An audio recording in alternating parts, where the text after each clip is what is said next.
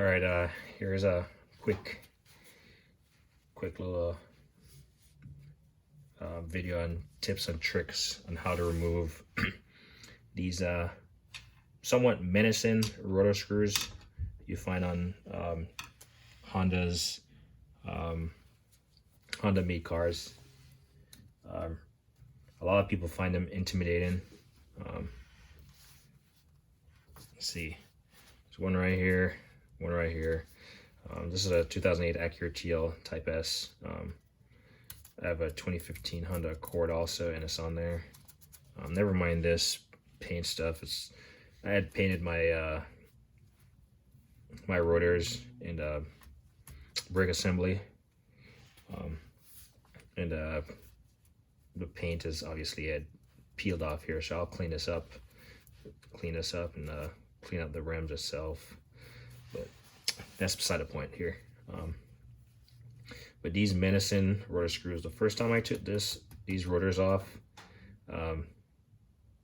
it was like hell on high water, trying to get them off.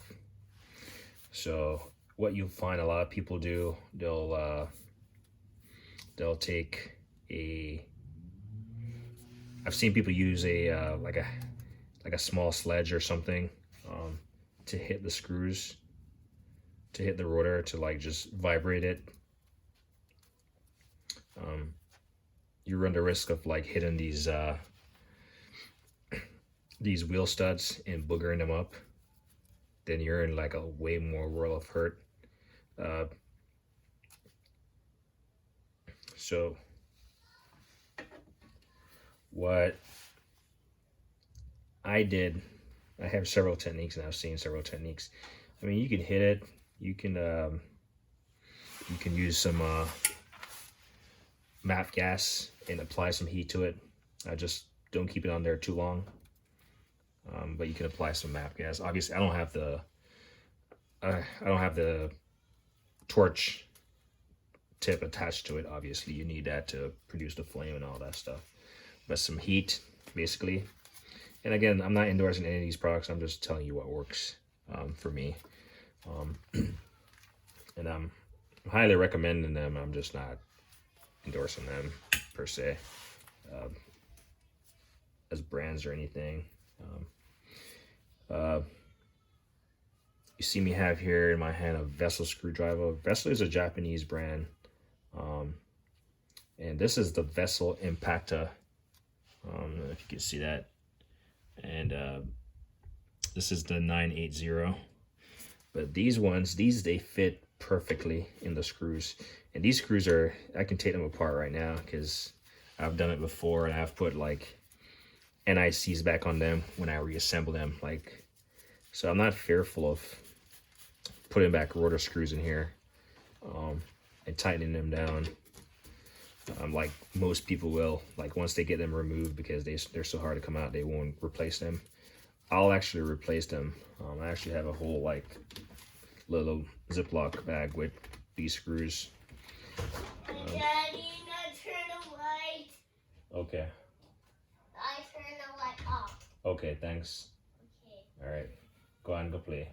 Okay. All right. So yeah, these rotor screws, this Vessel Impacta works amazing. It's a P3 150. Highly recommend. It has an impact, hence Impacta on it, so you could actually apply it and use a small like hammer or something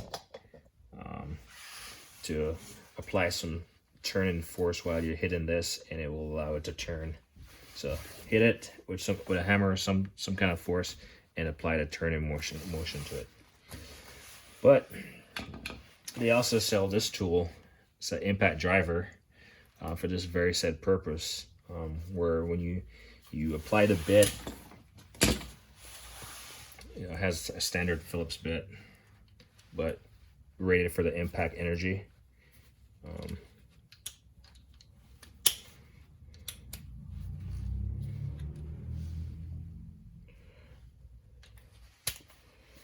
So just slide the bit in, and once you see, get this in kind of frame. Once you, if you have your hammer, I don't have a hammer with me right here, but you apply your hammer and you apply a rotational force in the direction that you want a screw to be removed. Once you hit it, it will apply that rotational force and be able to remove it. And then you can just use this as like a regular screwdriver to remove it. So that's one option. So this works really well, and this is not even what I use. So that's like what option 2 that I've given so far. But this is a Vessel.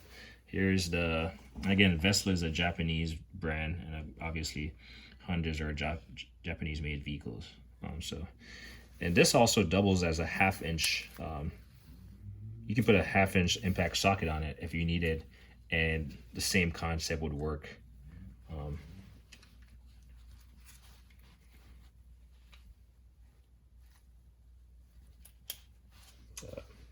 So I tend to keep this on there. But what I find that works the best, and now this is stuck on there. There we go. What I find that works the best is getting yourself a air hammer. I don't use an air hammer for anything else. And like I said, I've gotten these removed and I apply NICs to them, so they don't even seize up anymore. But this is a 2-part unit, so you need an air hammer for this to work. This thing is made by Tecton. I think this didn't come with a red handle, so I applied the red handle to it. And some other companies might make it, but as you can see, it's made for an air hammer. So basically, it comes with some bits and this little like red retaining sleeve that keeps the bit in there somewhat. It's not locking or anything, it just keeps it in there. So you put it in there, you get your air hammer, slide it in there. One hand here. There we go. So it's locked in place right now. See, this easily comes out. But see,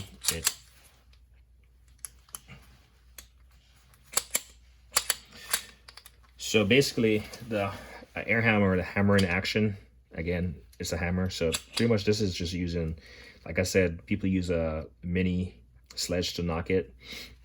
This is just providing the hammer in action, and then this handle is what is providing the downward, like lefty-loosey torque motion. So this, you put it on your thing, and I mean, if I had it going right now, it would be like, 1, 2, 3 on the trigger, downward force, and it would break loose. Boom. Be like 1, 2 on the trigger while pressing down, and this thing is guaranteed to break loose.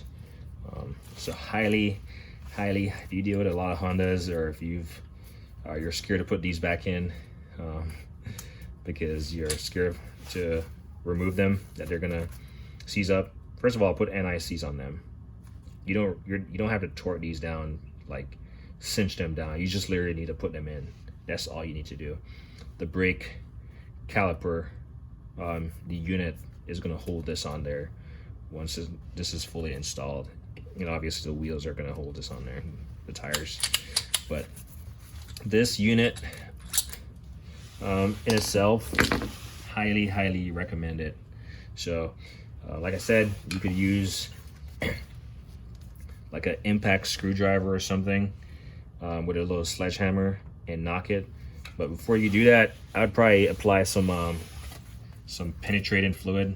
Or with all these options, I would actually apply some penetrating fluid. I have PB Blaster on hand, so that's what I would apply.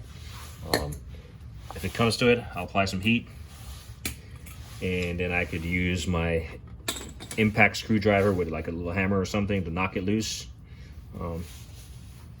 If I have the option, then I could go up to an impact driver Boom, boom, boom. And then this, your air hammer in combination with this piece, this is like the key part of that unit. I guess you could, I wouldn't want to use a hammer to knot this to turn it. It would just like booger this part up. But with an air hammer, that's what it's designed for. Try to slip it in there. Come on. There we go. And I mean, I don't need to demonstrate it because obviously, like, I'm just using a screwdriver with minimum force to turn these. So, but trust me, this thing, it works. And you are putting force on it by pressing into it. You're putting force by pressing into it. The air hammer is given the hammer in action by pressing the trigger, and then you're putting additional downward force with your next arm, your next hand downwards to break it loose. So you're pressing in, pressing the trigger, it's giving the hammer in action, and you're pressing down. And trust me, if that doesn't break it loose, and I don't know what will. But yeah, just that me I try to show you. But yeah, you'll never be fearful of these anymore. They won't booger up on you to where you have to like drill them out, all that crazy stuff. But I realize that people live in places where there's rust and stuff, but even then, I mean, yeah, it might break off, but at which point you can just remove the rotor and remove then the little studs that are in place. So yeah, I just want to show you that. Now I have a little helpful tips and tricks of tools I have. I don't remember what Tecton calls this thing, to be honest. But I would probably look on like Amazon or something. But it should look something like this. I think this actually screws in here. Yeah. So this actually screws in here.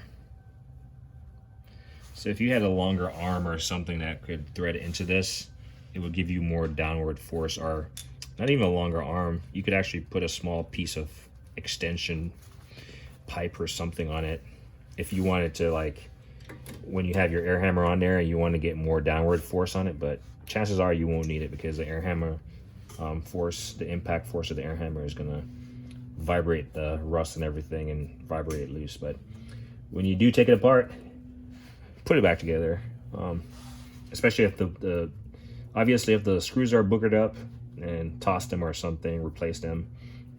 But if they're in good working order, put them back, because if you have these tools and you were able to take it apart, you can put it back together and take it apart at some other point in time. So this, along with the crank bolt, Honda crankshaft bolt, are the two of the most intimidating stuff that people will get hung up on. I did a video on how to remove or tools that I use to remove the crank bolt, or how I learned the hard way. So just to help you out, so you're not in an ICM situation as me in the long run. But yeah, I'm gonna get this wheel put back on. I'm gonna clean this up another time. I've been working on this car, doing random ins and out for the last 2 days. So I'm gonna get this put back together. Yeah, there we go. Boom, that's the nothing.